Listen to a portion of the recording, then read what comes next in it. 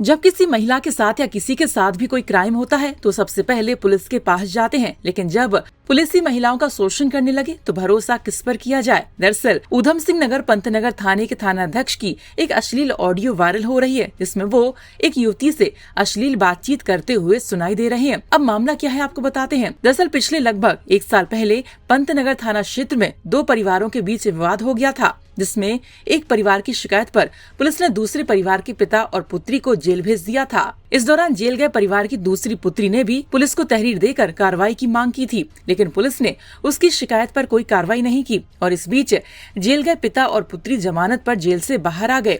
दूसरी तरफ कई बार मुकदमा कायम कराने के लिए पंतनगर थाने पर जाने के कारण थाना प्रभारी राजेंद्र सिंह डांगी ने युवती से अश्लील बातचीत करनी शुरू कर दी। युवती ने थाना प्रभारी की इस बातचीत को रिकॉर्ड कर लिया। अभी गए थे ना, मतलब कपड़े वपड़े देने।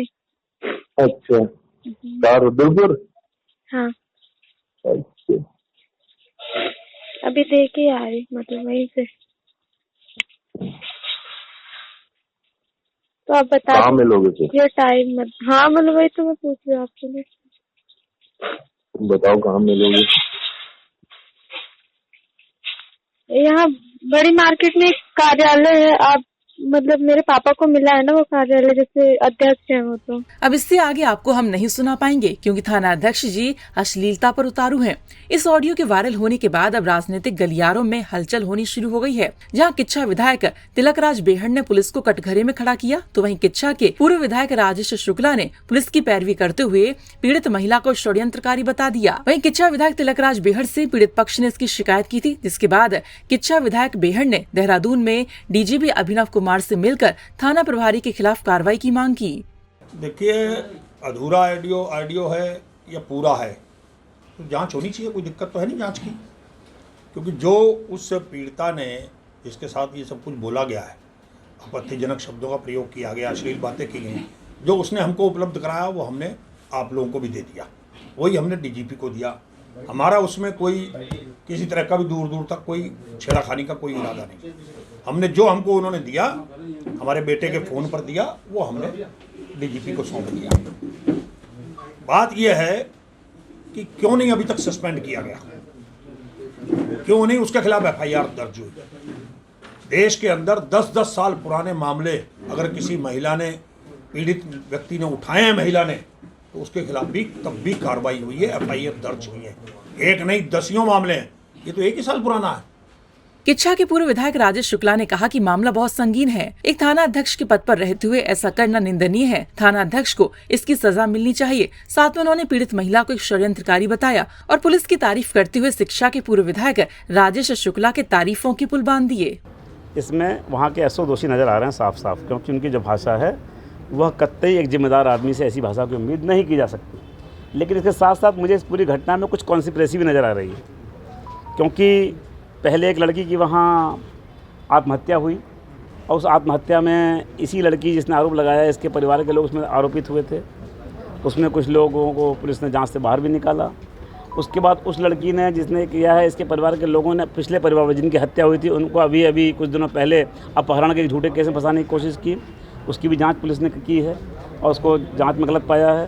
तो इन सारे चीज़ों को जोड़ना पड़ेगा कि इसके पीछे कौन सी। हालांकि ऑडियो वायरल होने के बाद पुलिस कड़ी जांच में जुट गई है और दोषी थाना इंचार्ज पर कार्रवाई करने की बात कही है और साथ में एसएसपी इस वीडियो को 1 साल पुराना बता रहे हैं। जी, हाल ही में हमें पीएचक्यू द्वारा हमें एक पत्र प्राप्त हुआ है जिसमें फॉर्मल शिकायत प्राप्त हुआ है। साथ ही एक ऑडियो आया है। ऑडियो का एक छोटा सा पार्ट आया है, पूर्ण ऑडियो नहीं कहेंगे, ऑडियो का छोटा पार्ट आया है। परंतु उस ऑडियो में प्रथम दृष्टया यह दिख रहा है कि हमारा थानाध्यक्ष पंतनगर का एक ऑडियो क्लिपिंग है, उसमें एक अभियुक्त महिला जिसके ऊपर 306 का मुकदमा दर्ज है, उस महिला और थानाध्यक्ष के बीच में कन्वर्सेशन आ रहा है। उस कन्वर्सेशन में he is asking for some different अश्लील बातें वगैरह की, और ही इज़ आस्किंग सम अश्लील बातें जिसमें किस का बात हो रहा है। तो इस प्रकार की जो हरकत है, तो उसके पीछे और आगे का ऑडियो जो है मतलब अवेलेबल नहीं है।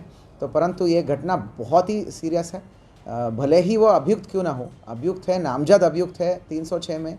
उनके परिवार वाले सारे जेल चले जा चुके थे उस समय, और घटना 1 साल पुरानी के है। ये ऑडियो भी 1 साल पुराना ऑडियो है। और अब वायरल हुआ है या अब सामने लाया गया है।